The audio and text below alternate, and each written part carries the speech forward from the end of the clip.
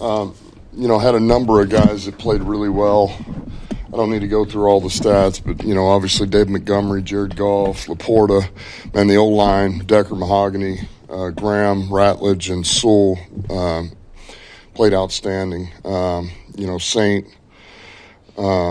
Leaf, Jaw, Brock, defense, man, the D-line, Hutch, Muhammad, Tyleek, O'Connor, Lacey, Reeder, that whole group, Lopez and Wheat, Barnes, Nowowski, DJ Reed, Campbell, Alex, Zach Cunningham, Rocky Sin on special teams, Nowowski, O'Connor on special teams. So just a number of guys that played really good for us. And I think, when I just go back and look at it, man, I think if you just look at the fourth quarter, because we talked about getting ourselves to the last possession, particularly the fourth quarter, and we're going to have to find a way to win it. And, 15 minutes there, we get the 4th and 1, and that's, Sewell did a good job of capping it off, and Saint and Gibbs, scoring on that play, that was big. Defense takes the field, and, 3rd and 13, Barnes ends up getting the sack there. That was a huge stop. Holds them to a field goal. Offense, we come out, we're 3 and out, we got to punt it, so we need help. Defensively, comes out, man, Hutch, what a heck of a freaking forced fumble. Man, it was outstanding, man. Stuff we work out here, and just for him, the effort to retrace, Reed gets it. We turn it into 3. Defense goes back out, 3rd and 12. Alex keeps Lamar kind of hemmed up, and here comes Muhammad. Gets the tackle for the stop. They got a punt. And then, we 156 left, 4th and 2, just outstanding by the O-line, David in protection, and then Goff and Saint just making a play, man. That's just 2 big-time players making a big-time play in crunch time, like they've done time and time again. And then really the next play, David rattles it off to really close it out. And then the last significant play was the hands team at the very end. And, Laporta comes up with a recovery, and Sailors and Stewart and TA had big blocks on that recovery that probably go unseen. But just, man, a ton of guys, and talk about complimentary football. We just, we played off each other, and when we needed it, the units picked it up, and it was a good team win. But now we got another task here in front of us. This defense is outstanding for Cleveland, man. So we're going to have our hands full here. Short week, but we'll be ready to go. Dan, I know that a lot of fans and pundits like to look at this and categorize it as maybe one of the biggest regular season wins the Lions have had since you've been here, or one of the most impressive. As much as it's just one win for you and the guys, is there more to what you can gain from kind of the bounce of this win and going on the road and putting on a performance like that? I think, I mentioned this last night. I think when you find a way to win a different type of game against a different opponent, we know what they've been year in, year out, physical, tough, competitive.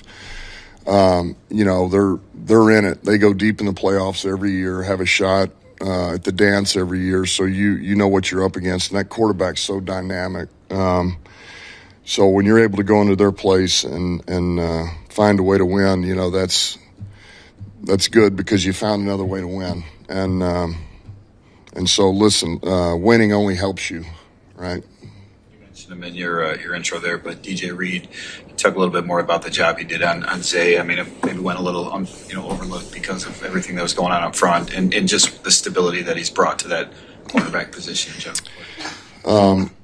We had our kind of our whole checklist of what we wanted to do defensively, and certainly one of those was shutting down Zay, and so we were going to put Reed on him quite a bit, and I thought he did a heck of a job, man. He's been great for us, and really he's one of the most veteran guys we've had, the exception of Amik, who we got last year, he's got skins on the wall. He's a vet. He does it right. He's a pro. He's competitive, man. He fit right in with us. He comes right in, and he's been great for all those guys in the room. He's a great teammate. He's all about ball. So I thought he played his tail off, and he's been great for us, man. He's been great. And he does bring us stability. Last two plays, is he okay? Or last couple plays there? Say it again. He said out the last couple plays, I think. Was he okay? Yeah, he's good. Externally, at least, people are talking about this might have been a Super Bowl preview. Seem to kind of validate that you guys are Super Bowl contenders again. I guess externally, a lot of pundits are saying. I guess can too much be made of this game, or even maybe like the first game, too much made of the Packers game too? Well, yeah, those happen all the time, right? I mean, it's so early, and I mean, you just worry about winning the one in front of you, and every game's different, every opponent's different, and you just find a way to win, and you do whatever it takes to win the game in front of you. But, yeah, I mean, I know for us, we can't go through the ebbs and flows, right? After the Packers, we were done for the year. I mean, we're over.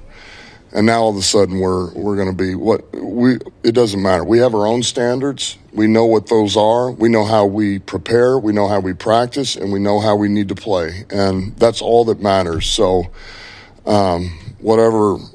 whatever else is out there, that's not for us. We just got to worry about our own business. And I know this, we got to be locked in and ready for freaking Cleveland coming into town. I do know that.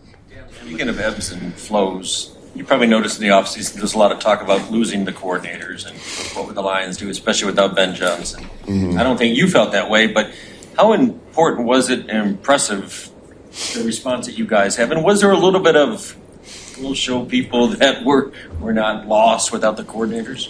No, I mean, we do what we do here. We have an identity, we have a culture, and nothing's going to change that. And, man, I go back, I thought Sept did a hell of a job in preparation and calling of the game, and the players, man, really responded. And I'll bring it up again, man. They made this plan come to life. John Morton, man, what a great job. And every week they've gotten better and better and better, and we're all figuring each other out now in those roles. I know them very well, but it's about now Shep in the DC role, Johnny in the OC role, with me as the head coach, and we're getting more and more comfortable every week. And those guys, I just thought they did a hell of a job. They're only getting better and better and better. And with Jack Campbell come to life. Say it again. Have you seen the play of Jack Campbell come to life? Well, first of all, did anybody see Jack's got a laceration on his mouth? Okay, so the defense loved it. He's at the end of the game trying to call plays and blood spitting out everywhere, and so they were just eating it up. He's a stud, man. This guy is he's a workaholic. Man, the knowledge for the game, the way he studies for the game, he prepares for it, and he's playing at a really high level right now. And we feel like the guy can do it all. That's why he didn't come off the field. I mean, he can do everything for us. So he's all ball, man. He's all ball. And whatever you need is what he's going to do. Coach, I want to speak about Aidan Hutchinson a little bit. There's been a lot made about, you speaking on, you feel like he will return to this level where he's at right now, even when he was injured last year. But was it any days that you had to help him through some of those difficult moments or days as a coach to get him through, and what gave you the confidence that he would return to this player? You talking about Hutch? Yeah, I didn't have to say a word. Hutch can handle himself. All right, he's just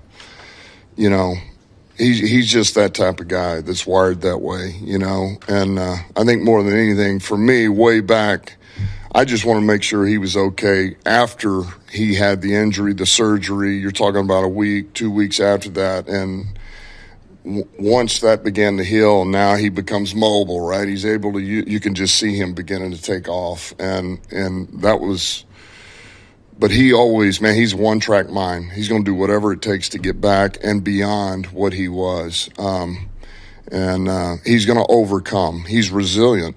And so love where he's at right now. I mean, yeah, just bring it up again. In a critical moment, man, the most critical moment, he makes a play. And that's what he does, man.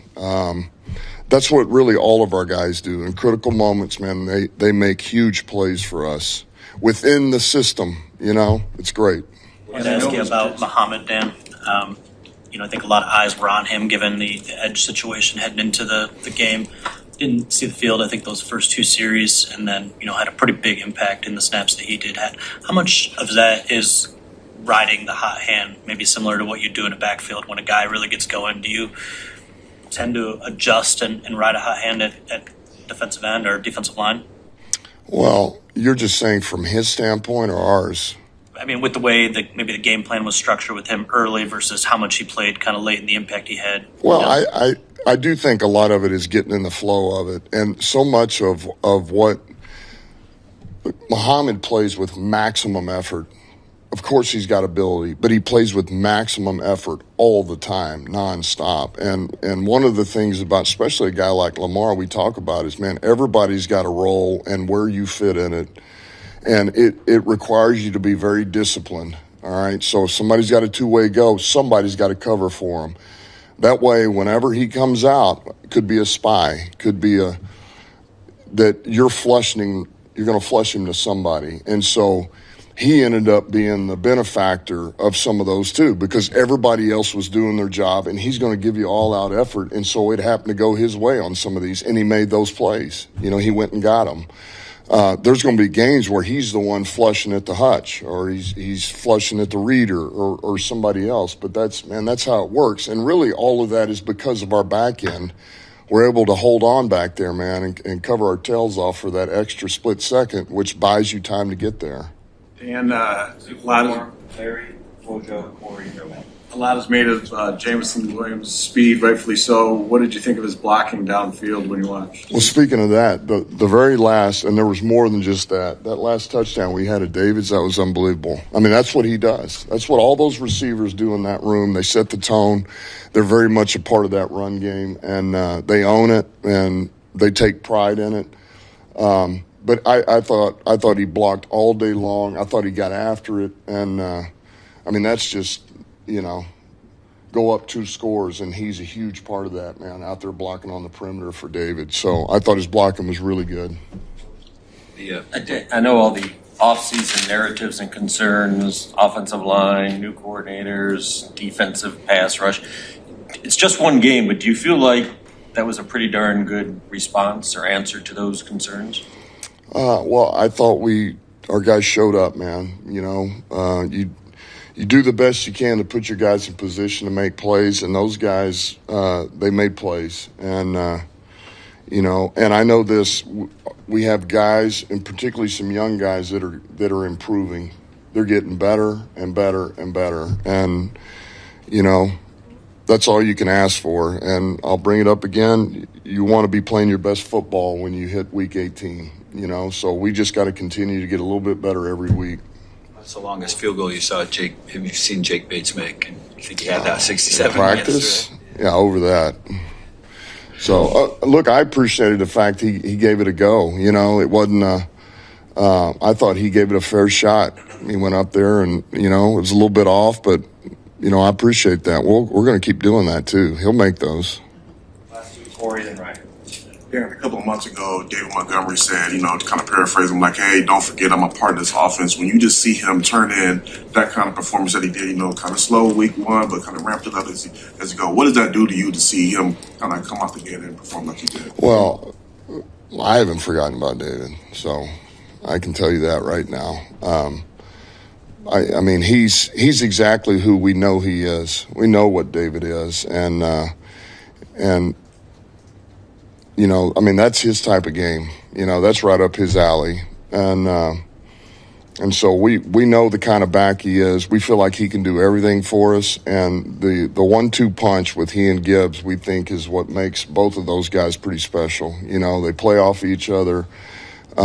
They give each other a breather. We trust both of them in the game to do multiple jobs. And that he's special.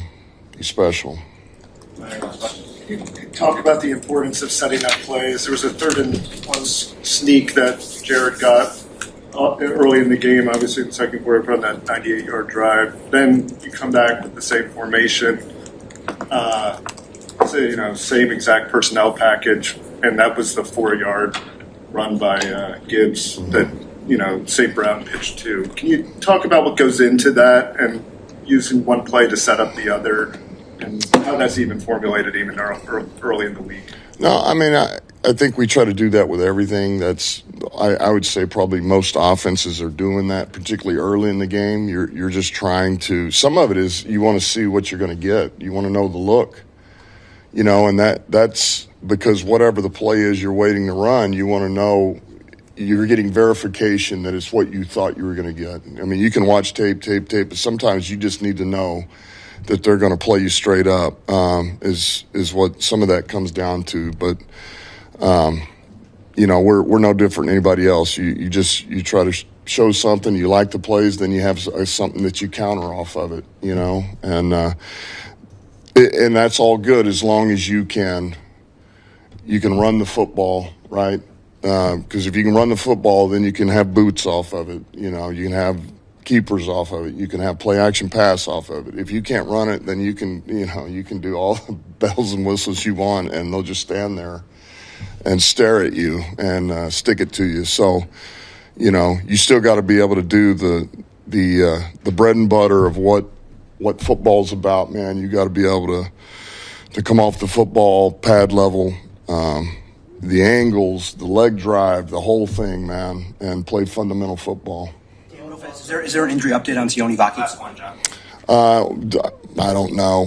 We'll know more in a day or two here. I mean, he got his groin a little bit. I don't know how bad it is really. Thank you, Dan. Thank you.